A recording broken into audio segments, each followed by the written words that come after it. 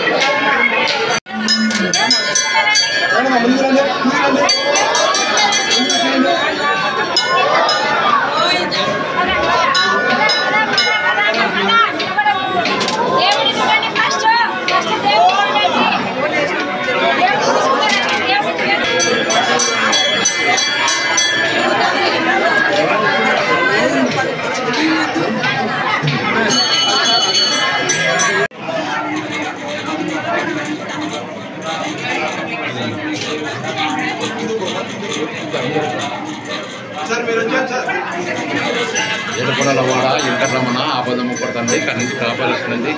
గోవిందా గోవిందా గోవిందా గోవింద స్వామి తండ్రి.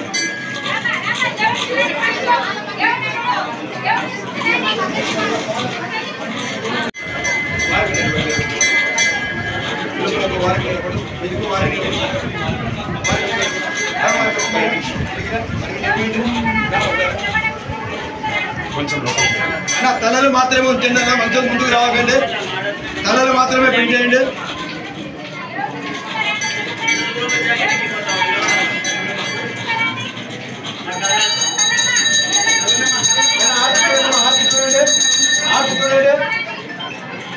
ముందు జరగమ్మా, ముందు జరగండి, ముందు జరగ.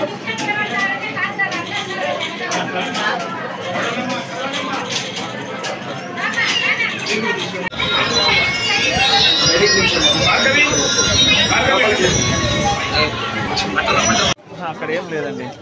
లేడీస్ అయితే ఇటు, జెంట్స్ అయితే అటు. ఏదన్నా విఐపి అనుకుంటే అవతల సైడ్కి వెళ్ళండి, అటువైపు. ఇక్కడ దారి లేదు, అదంతా తిరిగేసి రావాలి అటువైపు.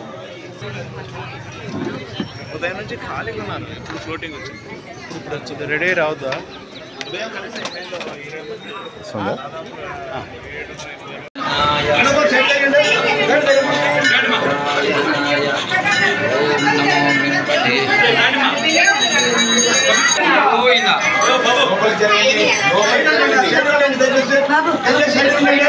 పరిపూర్ణ గుణార్ణవాయ విశ్వోదయ స్థితిలయో నియతి ప్రదాయ జ్ఞానప్రదాయ విబుధా స్వర సౌఖ్య దుఃఖ సత్కారణాయ వితతాయ నమో నమస్తే. కలియుగ దైవము ఆ యొక్క శ్రీనివాసుడు, ఆ వైకుంఠవాసుని యొక్క ఏకాదశి ఇది వైకుంఠ ఏకాదశి. ఈ యొక్క వైకుంఠ ఏకాదశి పర్వదినం అటువంటిది దేవతల యొక్క ఉషకాలము, మనము పూజ చేసే ఉషకాలము రెండు ఏకకాలం అవుతుంది. కాబట్టి ఈ యొక్క వైకుంఠ ఏకాదశి ప్రత్యేకంగా ధనుర్మాసంలో వచ్చే ఈ ఏకాదశి, శుక్లపక్షంలో వచ్చే ఈ ఏకాదశి చాలా అత్యంత పవిత్రమైనటువంటి ఏకాదశి అని చెప్పేసి ఆ విధంగా ఈ యొక్క ఏకాదశి రోజున ఎవరైతే భగవద్ ధ్యానము చేస్తారో, భగవంతుని యొక్క పూజా పునస్కారాలు చేస్తారో, మరియు ఉపవాస దీక్షతో ఎవరైతే భగవంతుని వద్ద వాసం చేస్తారో వారికి ఆ యొక్క భగవంతుడి యొక్క అనుగ్రహం ద్వారా వైకుంఠ ప్రాప్తి అవుతుంది అని చెప్పే పురాణోక్తి. కాబట్టి ఈ రోజున ఎవరైతే వైకుంఠ ద్వారం ద్వారా ఆ యొక్క స్వామిని దర్శిస్తారో వారికంతా కూడా ఆ యొక్క విష్ణు కైవల్యం దొరుకుతుంది అని చెప్పేసి చెప్తున్నారు. ఓం నమో వెంకటేశాయ, హరే నమః.